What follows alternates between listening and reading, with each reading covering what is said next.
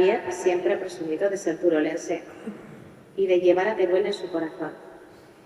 Recibió la Cruz de San Jorge, máxima distinción que se concede en nuestra provincia, en 2017. Fue nombrado hijo predilecto de la ciudad de Teruel en 2018 y fue en 2019 cuando la biblioteca pública de nuestra ciudad pasó a tener su nombre y a atesorar el legado de toda su obra.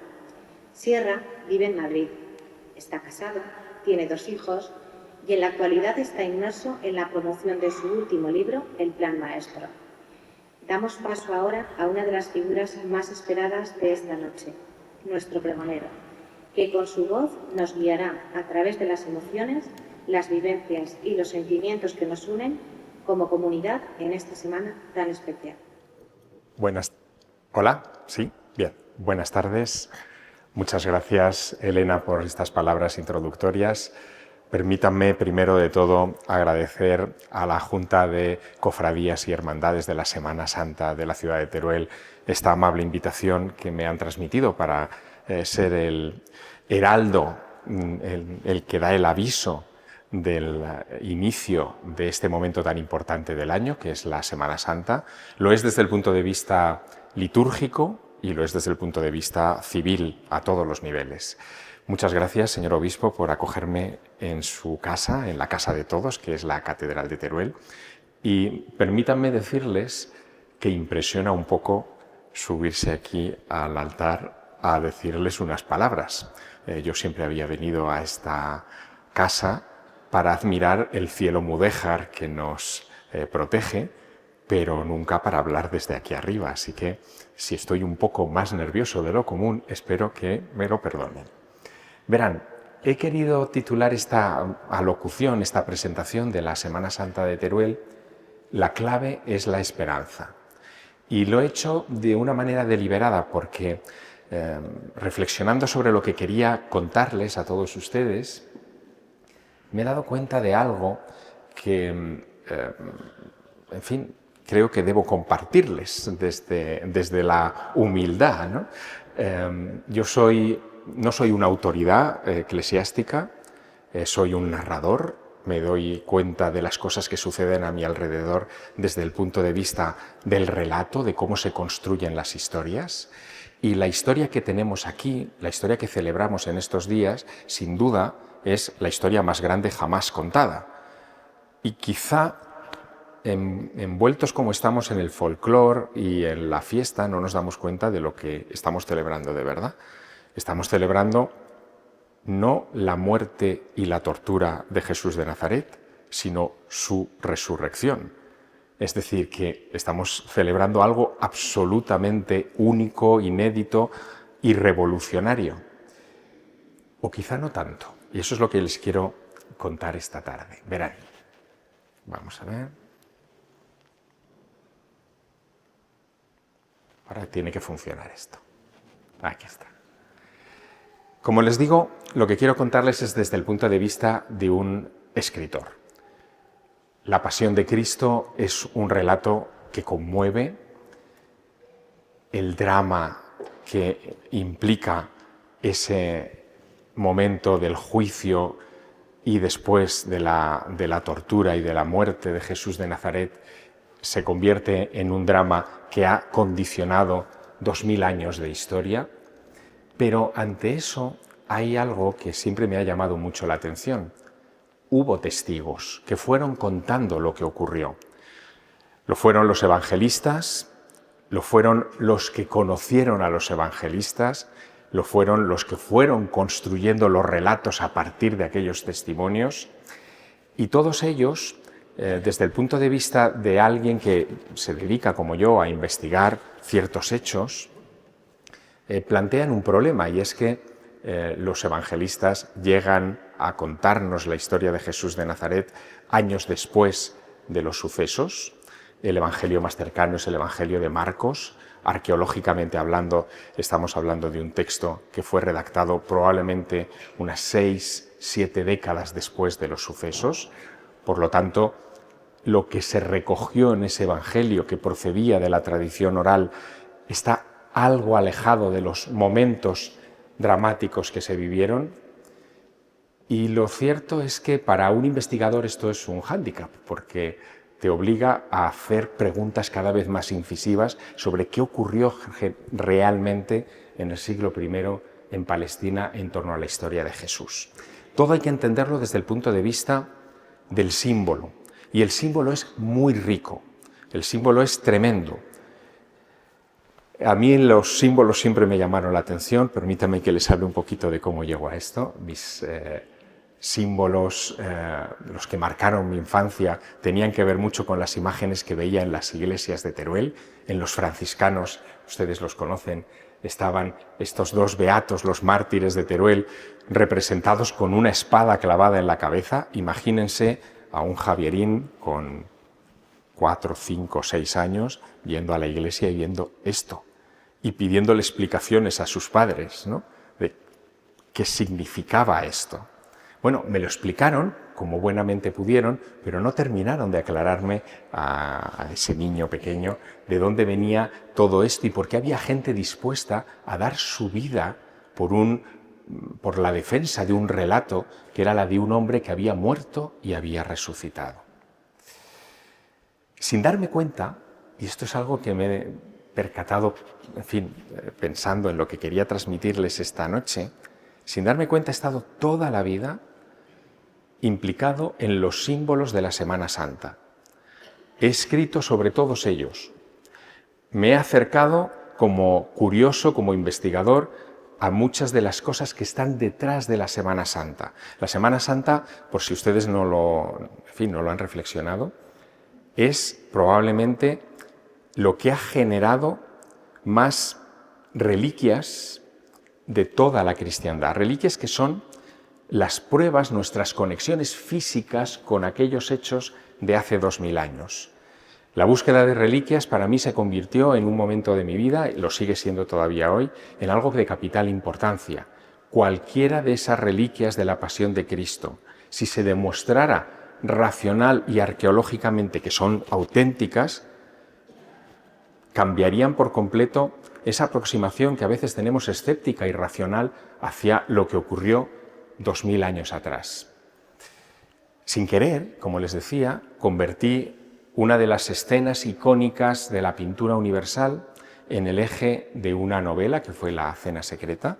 Es esta pintura de Leonardo da Vinci. Él la pinta en 1497, al final del 400 italiano, y lo hace a partir de algo que no era lo habitual en las últimas cenas que se estaban pintando en toda la cristiandad en ese momento.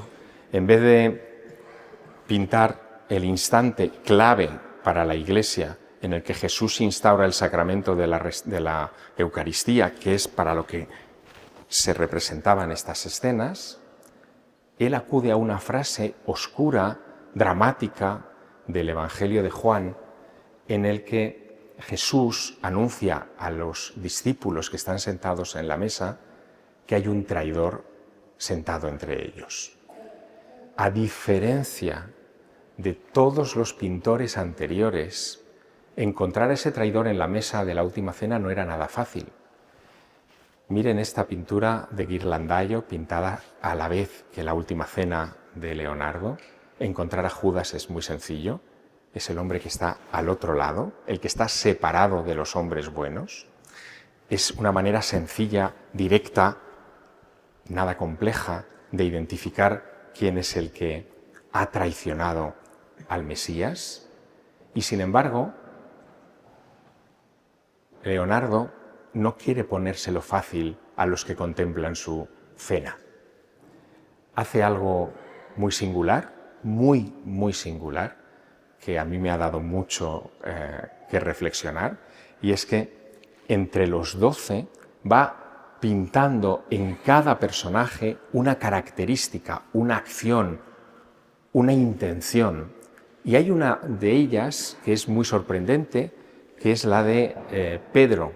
Pedro es ese personaje que está escondido en la parte de atrás del cuadro, que está como poniendo una mano en el cuello de Juan y que esconde en su espalda un cuchillo amenazante, como si fuera a hacer algo malo contra Juan o contra Jesús. Este juego de Leonardo nunca se ha explicado del todo, nunca se ha aclarado por qué en una primera aproximación Leonardo pareció apuntar a Pedro como el traidor. Pedro es el símbolo del Papa. El Papa en aquella época era Alejandro VI, el Papa valenciano, el Papa español. Había mucha controversia entonces entre los estados pontificios y el Ducado de Milán. Estaban a punto de entrar en guerra y quizá intentó darle una intención política a su pintura. Pero hay más. La pintura, que se ha convertido en el símbolo de la última cena, de todas las últimas cenas que hoy tenemos en la retina, sitúa evidentemente a Jesús en el centro, y alrededor de Jesús, si ustedes se fijan, hay todo tipo de actitudes entre los discípulos. Siempre me llamó la atención que Mateo, Judas Tadeo y Simón, que están en la esquina, parecieran no prestar atención a Jesús, que fueran como los rebeldes. Todos han recibido la noticia de que hay un traidor en la mesa, pero ellos tres van a la suya. Y lo curioso de ese van a la suya, lo más curioso, lo que me dio mucho que pensar, es que Leonardo se autorretrató como Judas Tadeo. ¿Por qué Leonardo se retrata dándole la espalda a Jesús y prestándole más atención a Simón? No tiene sentido, nunca tuvo sentido, pero tampoco en aquella época nadie se planteó por qué Leonardo había hecho esto en el refectorio de los padres dominicos de Milán. Leonardo se declaró a sí mismo como más filósofo que cristiano y tenía ciertas controversias con la fe en aquel tiempo.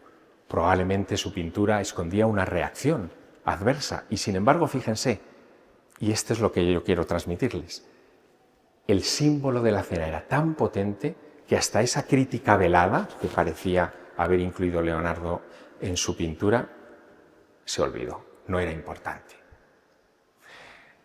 Yo me fasciné con la historia de la última cena de Leonardo y traté de encontrarle un sentido trascendente a la pintura que en mi casa, por ejemplo, estuvo colgada siempre en el comedor, ¿no? La pintura de la última cena. Como no terminé de encontrarle el sentido completo, me dediqué a buscar las pruebas en una mente racional de alguien del siglo XXI que me demostrasen que aquella historia había sido cierta.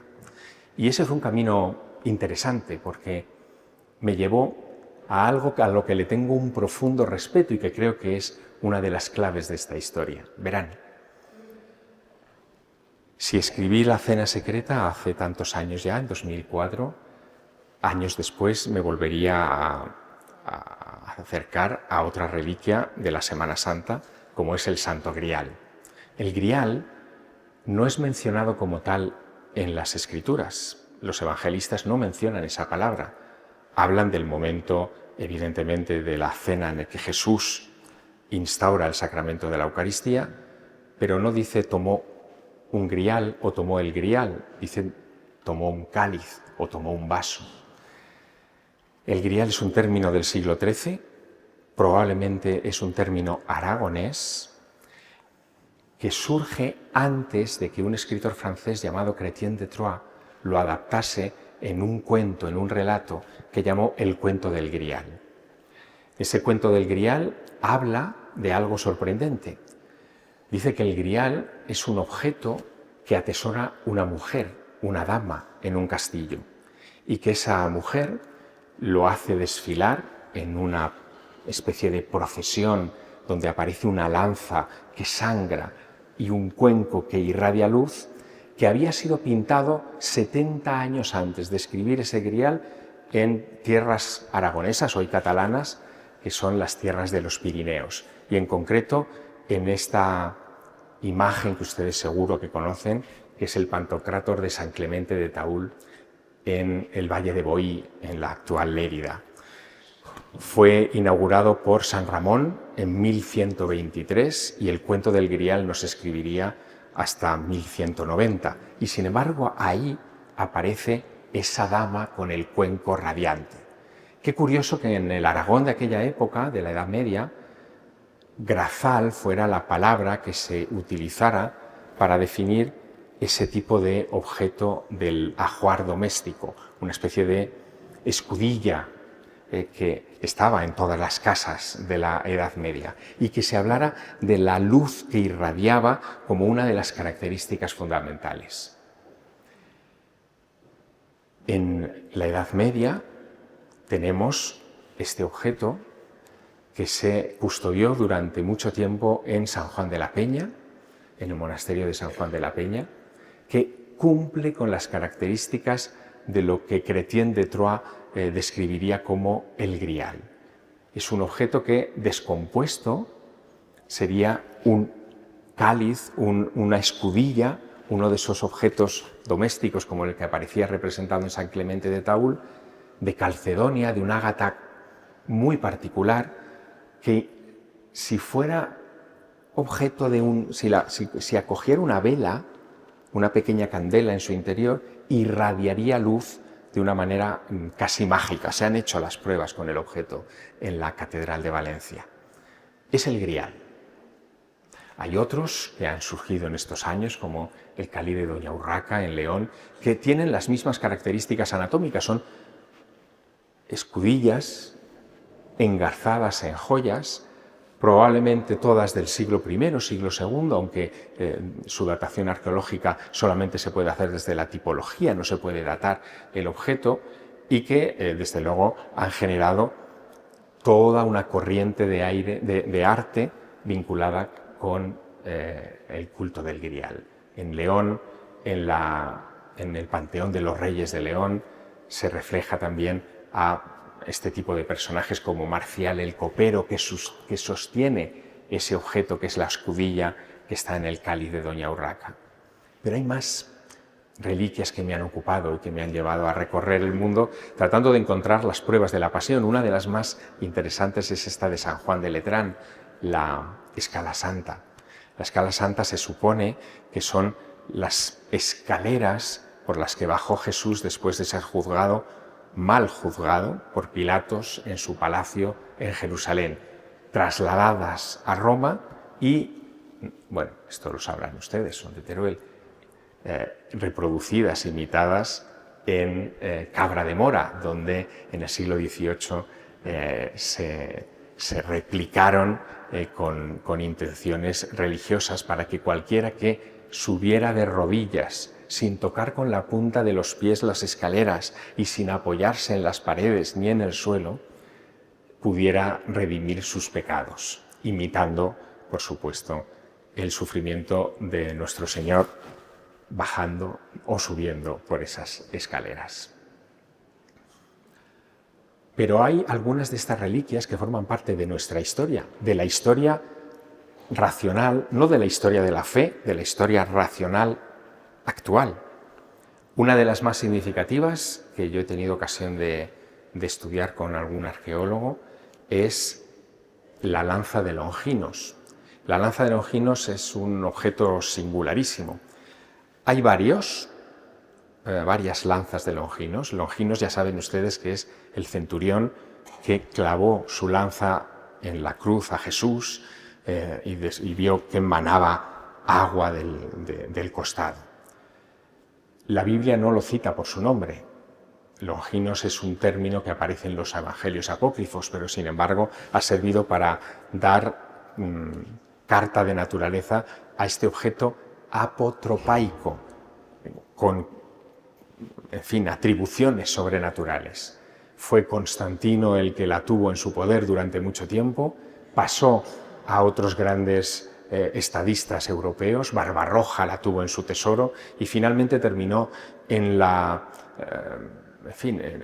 posesión de los Austrias, hasta que incluso Carlos V fue coronado en Aquisgrán con esta lanza a su lado.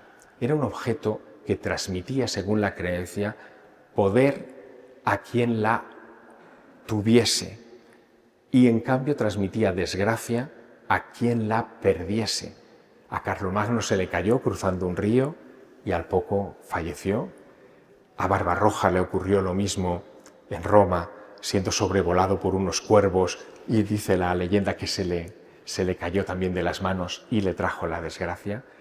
Ese objeto es hoy venerado y se sabe por arqueología, por tipología, que se trata efectivamente de una lanza que podría haber sido romana del siglo I y utilizada en Jerusalén. Pero claro, el tema, le pasa lo mismo al Santo Grial, al Santo Cáliz de Valencia, el tema es que hay siglos de oscuridad entre su aparición en tierras europeas y su desaparición en Tierra Santa. Carlos V, cuando se retrata en este famoso retrato de Tiziano, lo hace enarbolando una lanza. Fue Tiziano quien, sin haber visto nunca la lanza de Longinos, quiso reproducirla en las manos del emperador, y así ha pasado a la historia. Es decir, es un objeto de la Semana Santa que es básico en nuestra cultura occidental. Más importante aún es la corona de espinas. Estuvimos a punto de perderla en el incendio de la Catedral de Notre Dame de París. Allí se guardaba cuando se produjo este terrible incidente. Pero verán, este objeto llega a Francia de manos del rey San Luis. Estamos hablando también de la Edad Media, siglo XIII, y construye en París una de las iglesias más hermosas del mundo, que es la Santa Chapelle. La Santa Chapelle es un relicario para ese objeto en concreto. ¿Qué podía interesar tanto al rey San Luis para hacerse con ese objeto y construirle esta maravilla? Es muy sencillo. Quería la corona de Jesús. Él era rey. Quería unir el poder terrenal con el poder espiritual a través de algo que es clave para entender la Semana Santa, a través del símbolo. San Luis hizo algo que hoy no permitirían nuestros sistemas de gobierno, y es que pagó a los venecianos, que eran los que la habían conseguido de Constantinopla, 135.000 libras turenses de Tours, de oro. Esto era la mitad de los ingresos de Francia en esa época, un capital inconcebible. Pero el propósito era importante, porque estaba asentando la monarquía francesa sobre la posesión de la corona de espinas. Corona de espinas, por cierto, que no tiene ninguna espina. Se fueron arrancando, se fueron distribuyendo en todas partes. Uno de los lugares donde más coronas de espinas hay de la cristiandad es el monasterio de San Lorenzo del Escorial. 11 espinas. Pero no se ha podido determinar, porque no se han permitido los análisis, si esas 11 espinas pertenecen al tronco de espinas que antes han visto ustedes en la imagen que les he puesto. Otro de los objetos de la Semana Santa, importante, simbólico, clave, la sábana santa de Turín. La sábana santa de Turín tiene una historia muy curiosa. También aparece en Europa en el siglo XIII, estamos hablando de la época de las cruzadas, es cuando los soldados que enviábamos a conquistar Tierra Santa se traían estos objetos de allí. Nadie había oído hablar de estas maravillas antes en Europa. Es a partir de la Edad Media, de esa Edad Media antigua, que empezamos a oír hablar de las reliquias, y la sábana santa es una de ellas. Curiosamente es un objeto que cayó en desuso durante algunos siglos, hasta que en el siglo XIX, con la invención de la fotografía, ocurrió algo espectacular. Secondo Pia, un fotógrafo que estaba trabajando entonces con las primeras cámaras fotográficas, eran grandes cajones que hacían negativos de cristal, se acercó a donde se guardaba la sábana, la síndone, para hacer esta foto que ustedes ven en blanco y negro. Es la primera foto de la sábana santa. Cuando reveló esos carretes de cristal, se dio cuenta de que el negativo tenía características de positivo, es decir, que se veía mejor en el negativo que en el positivo. La imagen al natural es prácticamente invisible, hoy ha perdido mucho, por desgracia, ¿no? En cambio, en el negativo aparecía en todo su esplendor. Consideren ustedes que en 1898 la fotografía era algo así como sería hoy la inteligencia artificial, el impacto, digamos, en la población. Era la gran revolución. De repente era la alta tecnología que permitía hacer cosas que el arte necesitaba muchísimo tiempo para hacer. Para retratar a un rey, para retratar a un papa, a un obispo, se necesitaba tiempo y talento por parte de un artista. Para retratarlo con la fotografía se hacía instantáneamente. Es como la inteligencia artificial cuando hoy le preguntamos cosas que tardaríamos a lo mejor días en confeccionar. Y eso devolvió la sábana santa al asombro del que bebemos todos los creyentes. Los creyentes necesitamos el asombro. Ahora bien, y esta es la pregunta, ¿es justo ese asombro? ¿Qué sabemos de la sábana santa respecto a este tema? Yo creo que es el objeto más fascinante de todas las reliquias de la cristiandad, pero tengo algunas dudas al respecto de ante qué estamos. La Iglesia en el año 1978 hizo una gran ostensión de la síndone. Al finalizar aquella ostensión fueron millones las personas que acudieron a la Catedral de Turín a contemplarla. Al terminar aquella ostensión llamaron a unos científicos que estaban trabajando en la NASA, en las cámaras fotográficas de las misiones a Marte, de las Viking, estamos hablando de los años 70, para que hicieran un examen de esta reliquia. Y los resultados fueron increíbles.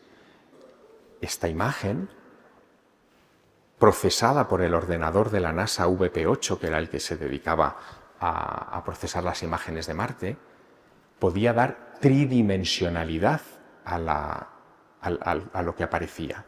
Se le podía dar un volumen que era espectacular. Ese análisis científico también encontró restos de pólenes que eran de especies de la Palestina del siglo I.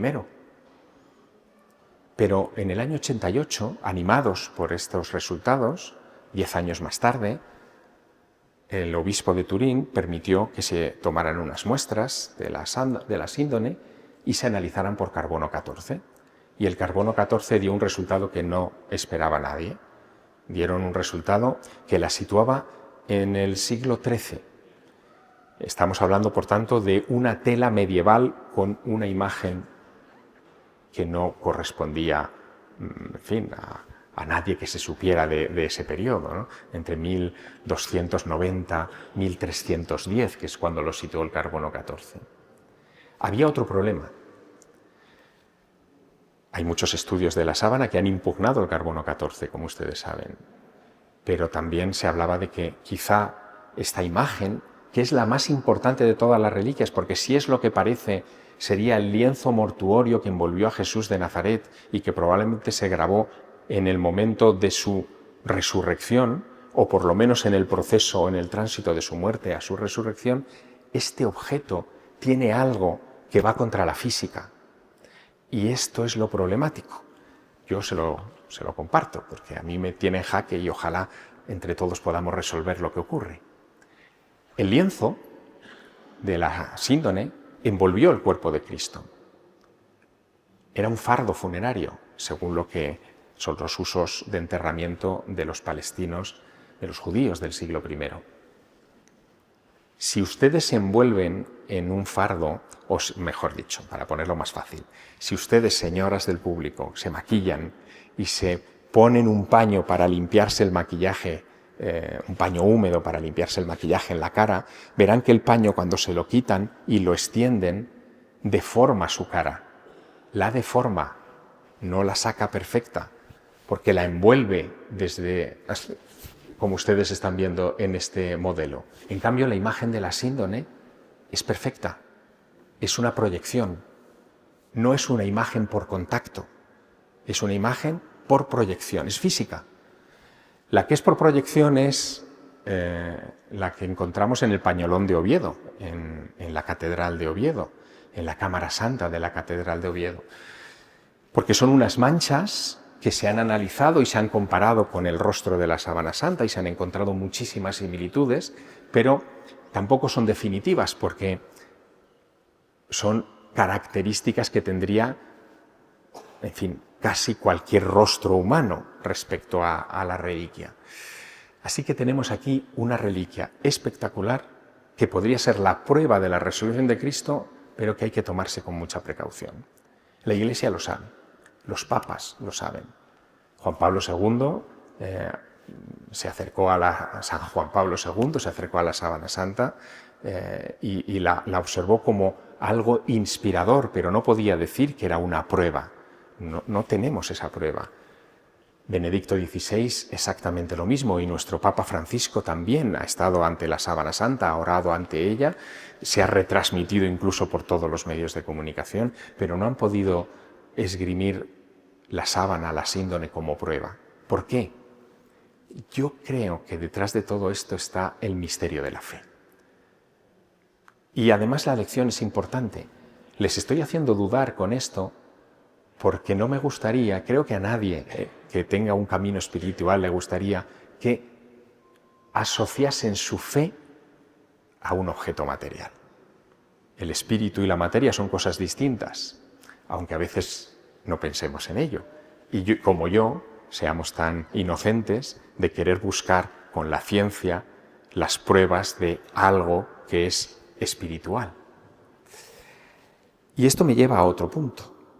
Y es que muchas de las cosas que nosotros celebramos en la Semana Santa tienen una resonancia con cosas que hacían nuestros remotísimos antepasados de otras culturas. Tiene que ver con el símbolo. Verán, Egipto está muy vinculado con la fe cristiana. No pensamos mucho en ello, pero si nos atenemos a lo que dicen las Escrituras y especialmente Marcos, hubo un momento en el que la Sagrada Familia con Jesús recién nacido huyó a Egipto. Un momento que se prolongó probablemente hasta el episodio de Jesús en el templo. Hablamos de casi 12 años, donde, según la tradición copta en el país del Nilo, Jesús estuvo viviendo cerca de Heliópolis, a las afueras del actual Cairo. Hay iglesias, hay rutas de peregrinación que tratan de reconstruir los años de la Sagrada Familia en Egipto. Y es precioso porque a nosotros los católicos no nos llegan muchas de estas historias, pero si ustedes van a Egipto no para ver pirámides, sino para seguir su fe, se van a encontrar con esta profunda historia muy arraigada en una de las sensibilidades cristianas más antiguas, como es la de los coptos de ese país. Piensen ustedes que el cristianismo, cuando se extiende, lo hace a través de Roma, pero también de Egipto. Alejandría, las comunidades alejandrinas son muy importantes en la gestión de los primeros cristianos y se debe en buena medida ante esta historia. Pero fíjense, hay algo muy curioso. Los egipcios tenían como símbolo supremo de la vida una cruz. Es la cruz ansada.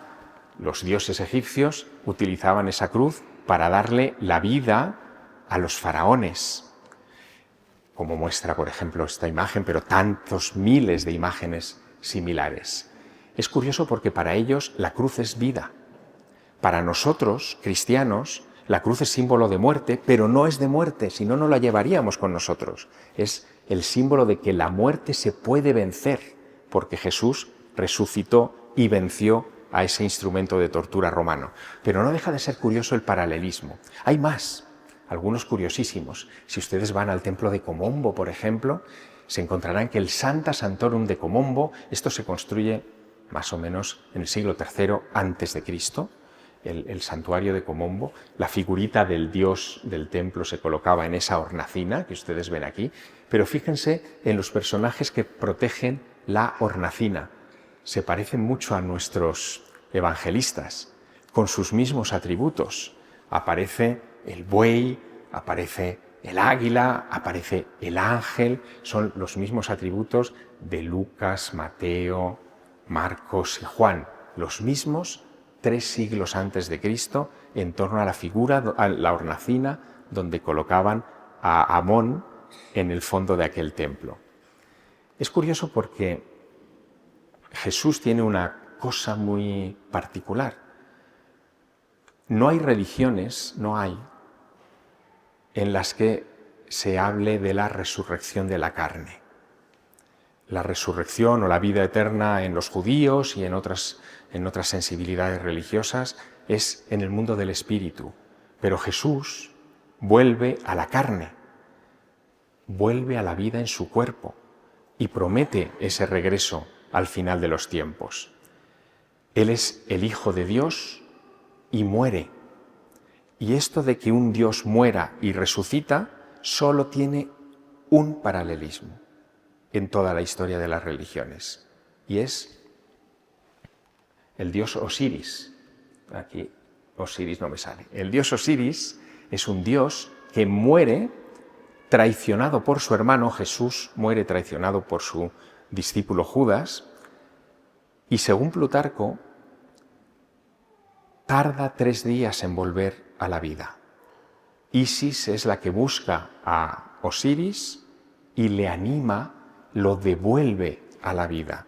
En la religión cristiana son las 3 Marías las que son testigos de la resurrección de Jesús, no le devuelven a la vida, él ha vuelto, pero el paralelismo es bastante curioso. ¿Qué es lo que querían decir los antiguos egipcios con su Osiris? Algo que luego representarían en tiempos más tardíos en muchos de sus templos. Osiris es una semilla. Muere como las semillas, la entierras y resucita porque la semilla termina dando vida. Es un símil agrario, es un símbolo. Jesús incorpora parte de esa simbología en la religión. El epítome de todo esto es lo que hacían los antiguos egipcios en estas fechas del año. Hay 2 templos importantes en Egipto, en el sur de Egipto, que son los templos de Luxor y Karnak. Luxor y Karnak, en la actual ciudad de Luxor, están separados por unos 2 kilómetros de distancia, y hay una avenida de esfinges que los separa. Cuando llegaba la fecha del Opet, que eran estas fechas, cogían al dios Amón en el templo de Karnak y a la diosa Mut en el templo de Luxor. Los vestían, los perfumaban, los ponían sobre andas, los procesionaban, iban parando de capilla en capilla, recitándoles salmos, y los encontraban. ¿No les resulta familiar? Es el mismo rito. Ojo, no estoy diciendo que los cristianos copiáramos esto, no. Lo que hacemos es, probablemente, y esta es mi visión, puedo estar perfectamente equivocado, probablemente lo que hacen es utilizar esa sensibilidad que ya estaba en esa cultura antigua para darle volumen a lo que nosotros hacemos con Jesús, porque Jesús es un Dios importante, es alguien, como digo, que nos enseña el camino de la trascendencia. Y esto me lleva al mensaje que quería contarles. En realidad, lo más importante de todo esto no dejan de ser más que curiosidades históricas, es el mensaje que quiero darles ahora. Celebren ustedes la Semana Santa. Celebren la muerte, la pasión, muerte de Jesús. Pero cuando llegue el domingo de resurrección, celébrenlo más, porque la verdadera noticia es esa. Yo he vivido muchos años en Málaga, he vivido de cerca la Semana Santa malagueña, también las andaluzas, las sevillanas, y me daba mucha pena que la procesión del domingo era la que menos gente concitaba, a la que no iba nadie, o casi nadie, cuando es lo más importante. Verán, ustedes están resucitando la Semana Santa de Teruel. Es una Semana Santa antigua, como nos decía el presidente de la cofradía, viene del siglo XV, pero ha habido un periodo de adormecimiento de la Semana Santa de Teruel y ahora ustedes la están lanzando. Yo me permito sugerirles que le den la máxima importancia a la resurrección, incluso con los tambores. Los tambores los utilizamos como pasión, ¿verdad? Como símbolo de la pasión. ¿No sería mejor también que fueran la algarabía de la noticia más importante jamás dada? Eso sí creen. Yo creo, pero les voy a decir una cosa. Claro que creo, yo soy cristiano, soy bautizado, tengo familia católica, he sido hasta monaguillo. Pero también quiero saber, y soy como ustedes, me imagino, igual que ustedes, poseedor de un alma que tiene esa doble contradicción. Hay un instinto en mí que dice que claro que hay vida después. ¿Cómo no la va a haber?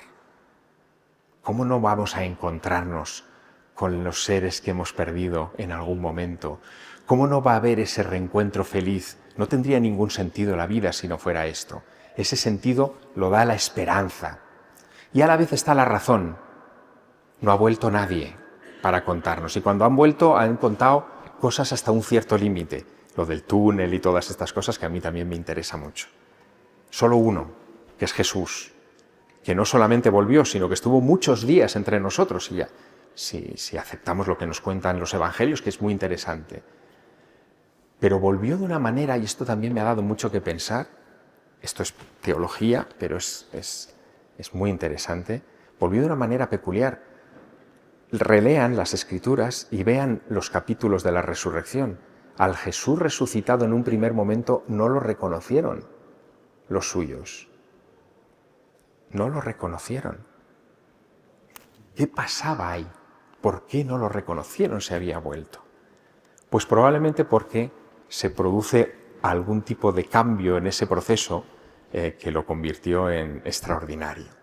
En fin, yo soy un amante del misterio, ya lo saben ustedes, y me puedo ocupar de muchos misterios a lo largo de mi vida. Ninguno es como este, porque es el que nos da la esperanza. Así que yo, como colofón de esta historia, de este repaso, de ida y vuelta de la razón a la fe y de la fe a la razón, les recomiendo, de verdad, encarecidamente, que si hay que celebrar de verdad algo con potencia, es el domingo de resurrección. Porque eso es lo que nos va a retratar de verdad como cristianos. Recrearnos en el dolor está muy bien, pero ya hay bastante dolor en la vida como para celebrar el dolor. Celebremos que alguien, Jesús, lo venció.